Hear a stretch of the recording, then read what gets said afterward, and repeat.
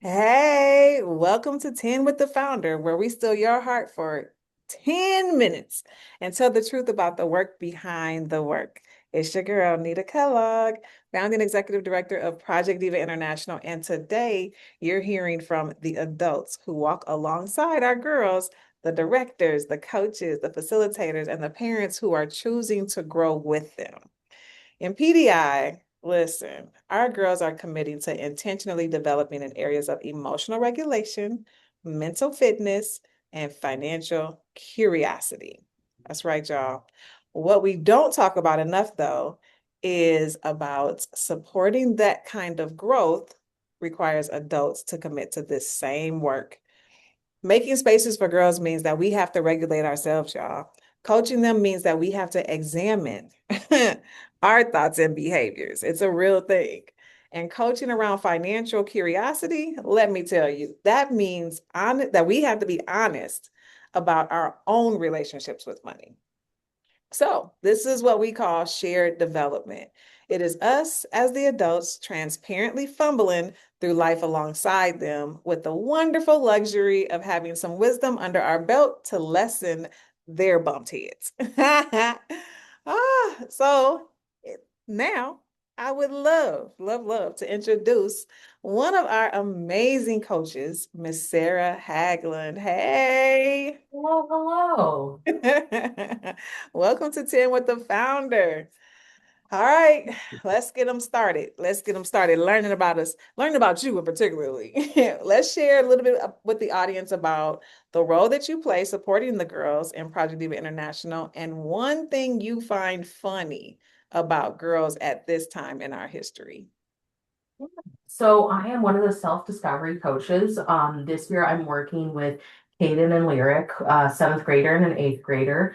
Um, One thing that's funny about these girls, just kind of where like their culture is and um, like what they find important to them and what they deem as like old. I'm kind of just shifting into that part of my life where I'm out of touch. And so it's just funny realizing what parts of me are now extremely out of touch. And they are very quick to remind me that I But am old, wait, Sarah, how old are you though? 30. Which is so still close to Yeah. not But being. I mean, to teenagers, I might as well be 300. We're all 300. You're so right. We're You out of are college, so so we're geriatric. Just, legit though. yeah. They really be thinking about that. They be Hmm. thinking that about us. Hmm. Well, you have been walking alongside our girls this cohort season while also committing to your own growth. I want to ask you like the same questions that we asked the girls when they did 5 with the founder, but I want to get the adult perspective because again, we're doing this shared development. So when we think about the emotional regulation pillar, as you've intentionally made space for girls to process and grow emotionally, how has supporting them required you to regulate your own emotions with more intention? Mm. Just taking a minute to understand things. Um, they are going through their own journey and their own things that are very different than, what I'm going through now, what I went through as a teenager. And so working with these girls has help me continue to practice just waiting and listening and like really taking a beat to listen and process before I respond. Wow. And so that's in your own life. So how has that made you feel? How has that felt for you? Um,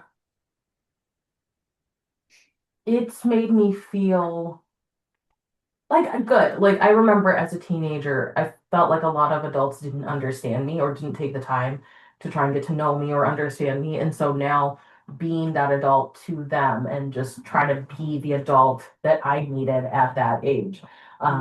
So it's an odd feeling, but it's a good one. Does it transfer over, you know, how we talk about transferable skills? Does that transfer over into like relationships in your family, with your friends? You know what I'm saying? Like in your Mhm. own life, considering you like once we do the intentional work emotionally to regulate, right? It's not, I know for me, it hasn't just been for the girls, right? Like it legit has grown me up, developed me when it comes to other relationships. Have you felt that also? Yeah, a little bit, just like learning how to have those deeper conversations with friends and, talking about that tough stuff. Girl, because when we be having to tell the girls to do it, we have to like show Hmm. up for real, like, and question ourselves around, okay, well, am I Hmm. doing what I'm telling this girl to do? Hmm. That's good. That's good. All right. Well, let's slide into the mental fitness pillar. So, as you've coached girls to strengthen their mindsets and around like daily habits, right? What habits or mindset shift have you had to strengthen in yourself to show up healthy and consistently? Because it's this consistent stuff for them, right? Hmm. What habits, what habits or mindset shifts have you had to strengthen? I think just being deliberate with the communication. It's kind of funny because teenagers are on their phones a lot, but they only want to text who they want to text. Um, Say and that it's again you, for the people in the back, because yeah, and it's usually not us. We're not their little friends. They want to talk to their little friends. Um, yeah, so just that, really like being dedicated with that communication and that reaching out.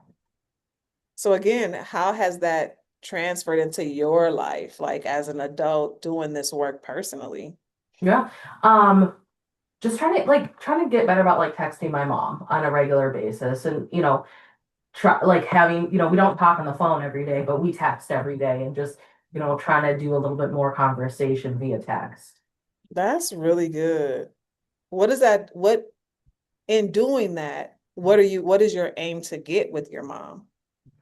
Um, with my mom, I think it's the main thing is building a relationship as adults instead of that, when you get to be, around my age, your relationship with your parents shifts pretty heavily from parent to child to almost a peer. Like, it's still a little different, but it is, I'm a full adult now. I am still going to my parents for help and guidance, but it's sometimes I'm like, I just want to talk to you and vent. I don't need you to tell me what to do, but I do want to talk to you about this.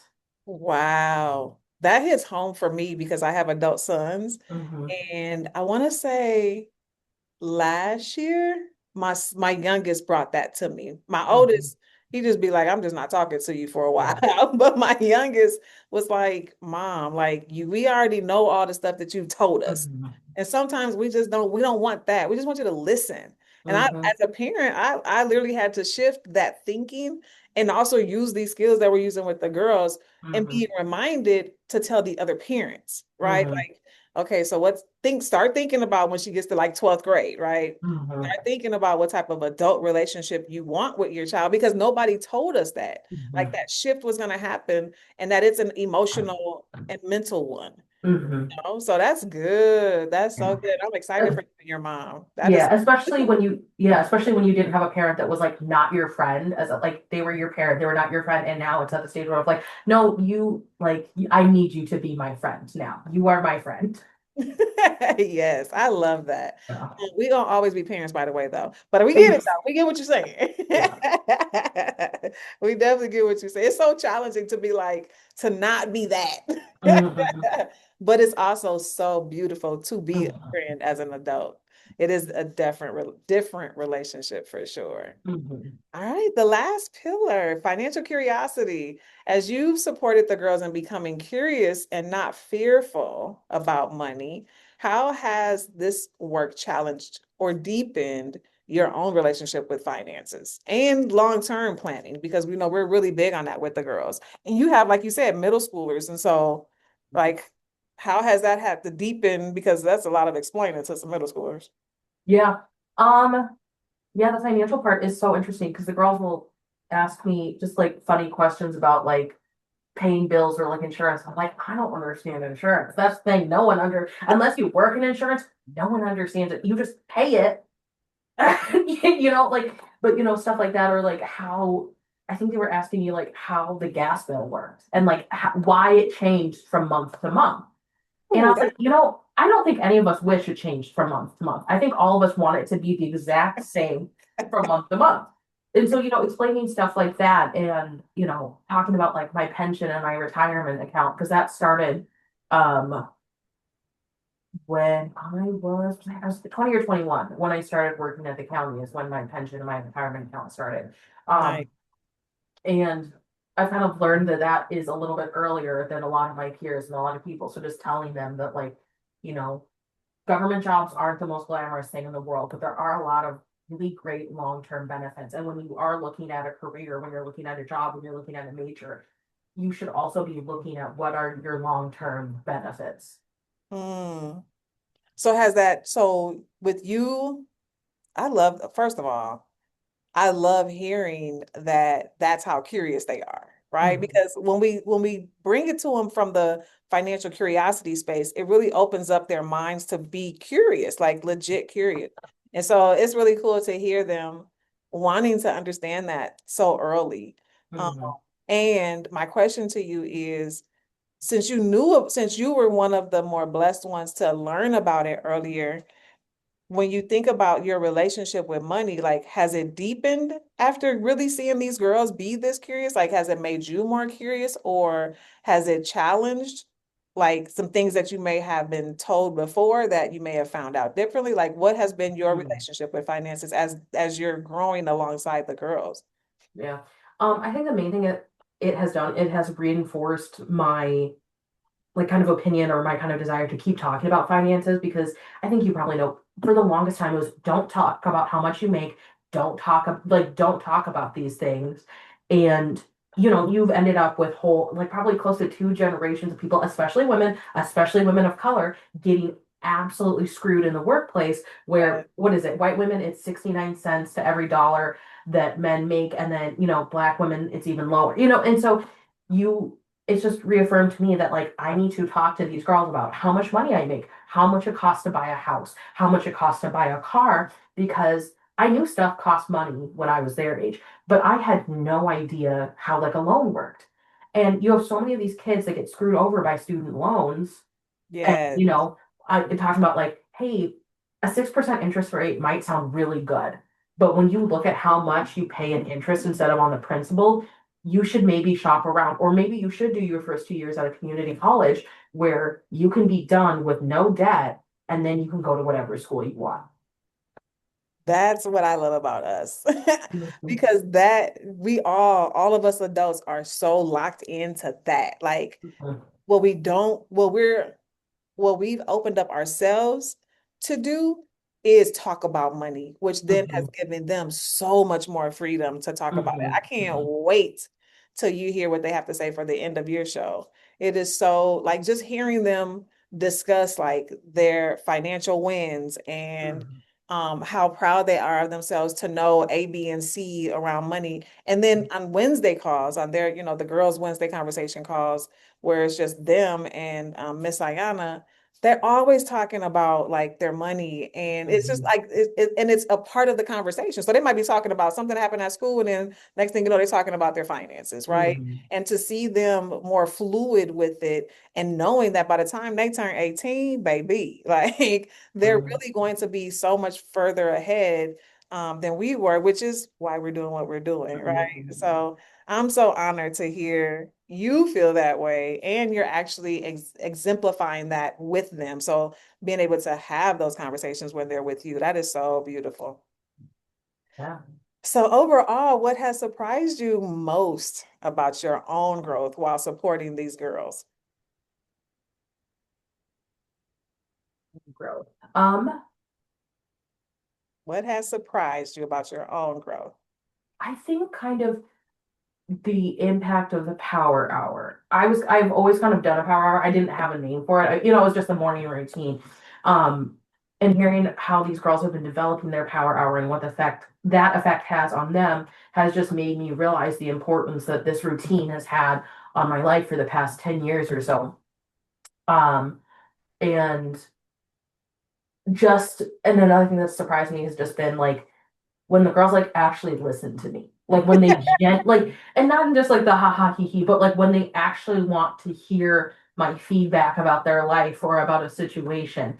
And I'm like, it's been a long time since I've been in high school. I can't help you with boy problem. What? I don't know. But I'll try to give you the best advice I can, and they take it so seriously. And I'm like, I hope it's good advice. You sound like Miss Kia. She'd be like, they really be listening to me. Yeah.